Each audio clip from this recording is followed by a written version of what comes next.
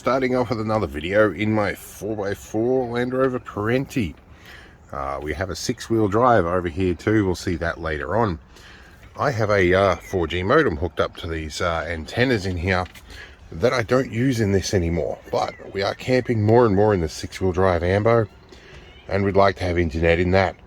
So I'm going to fold this seat forward and extract the modem, and we're going to install that on the 6-wheel drive. Hopefully I can get into this seat. There is about 6 months of junk hidden under the seat. There we go. Okay, we're in behind the seat. It's tight quarters, it's difficult to see what we're doing, but hopefully we can get this bracket off so that I've taken the lock off so I could surface it more easily. This is our modem, so going to pull all our connectors off,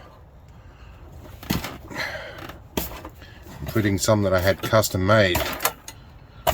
That's our modem uninstalled. Now the difficult bit, the bracket and all of these.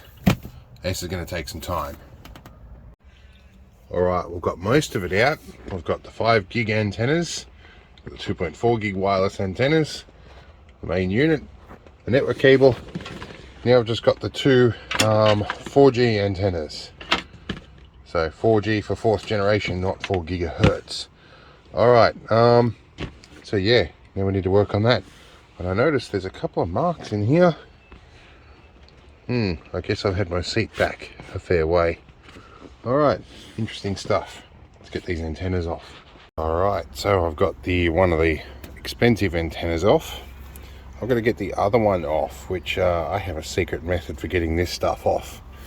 And then I have to unwrap everything because I have my alarm cables running along here, designed if you chop cables that it will set the alarm off. So that stuff I'm all going to keep quiet and secret. I'm going to pull this antenna off and then we'll look at it. Alright, so we got that bit out. Now we've got to unthread the rest of the cable and undo all the zip ties under the bonnet. Okay, we have successfully stripped everything out. I have some cables to clean. I think we're going to omit the network cable, and I'm having a look at where we might mount it. I've decided I could go with gutter mount antenna things here and everything like that, but I run the risk of them snapping if I touch something.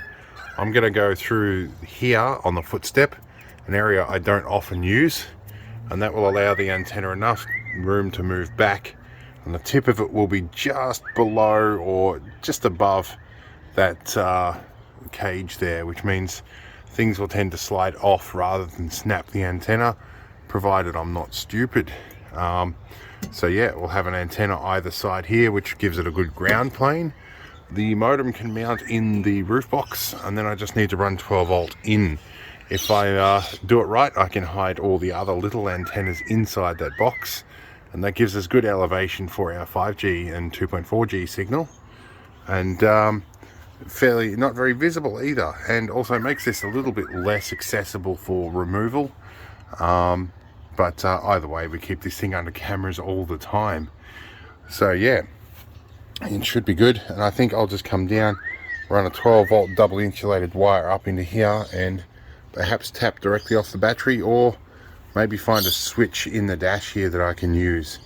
I'm not sure yet. Cross that bridge when we get to it. I've got basically half a day to do this. Alright, I'm about to start drilling. I've taken the nut off this and measured that, and I don't have a drill bit that's quite big enough. I've got one that's about 1/2 mil too small. So I'm going to pilot the holes first and see if this is actually mild check plate steel, which it should be up here, and if I can get through there, then I'll go and get the bigger drill and put that through. But for now, we're going to have a crack at drilling through this. Alright, they're in the roof box. We're starting to get a lot of this connected up, and I'm in a bit of a time constraint today, so stuff's just going to get stuck to an ammo box with the magnets for now. Okay, so we're midway through. We've got a bunch of stuff done. We've got the holes drilled, the power cable is connected, although I need to shove that back in there, put a zip tie on it. I had a change of heart. Instead of running off the main battery, I'm going to run it off the auxiliary system because it's going to be nice and sunny.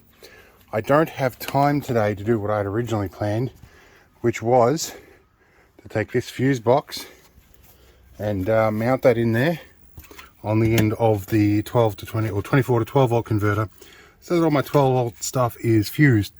Although it is fused by that little inline fuse there, but you know, it's an ancient one. So today I have a set of banana plug sockets in there. I'm going to wire one of these to the end, and we're going to go around in the back of that. This used to be a 2-pin Lucas plug, which is slightly narrower spacing than this, and I've modified it to fit these. So for the time being, this lead here is going to get wired to that. That's how we're going to turn it on and off. Hopefully I don't plug it in backwards, but I do have it clearly marked. Might put a bit of tape on it as well, just to be sure.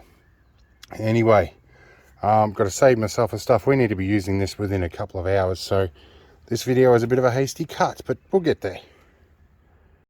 Alright, so we've got our antennas on. Ended up using a step drill. We're going to have a little bit above that, but not much. It's going to be the tallest thing on the vehicle by about 2 inches, but I'm hoping stuff will glance off that. Anyway, it's on fairly securely. Now I've got to pull the slack in.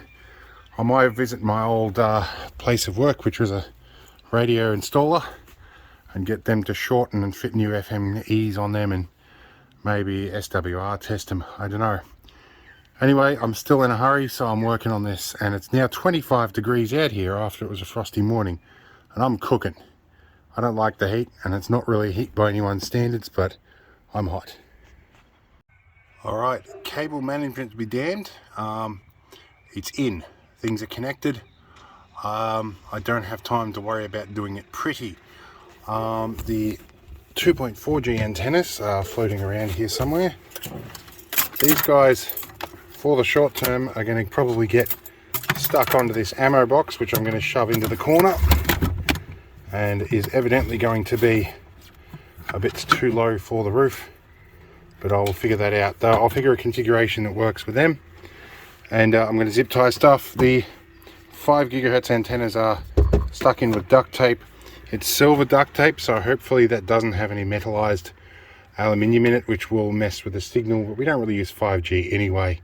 I'm also worried about just messing up the transmitter in there.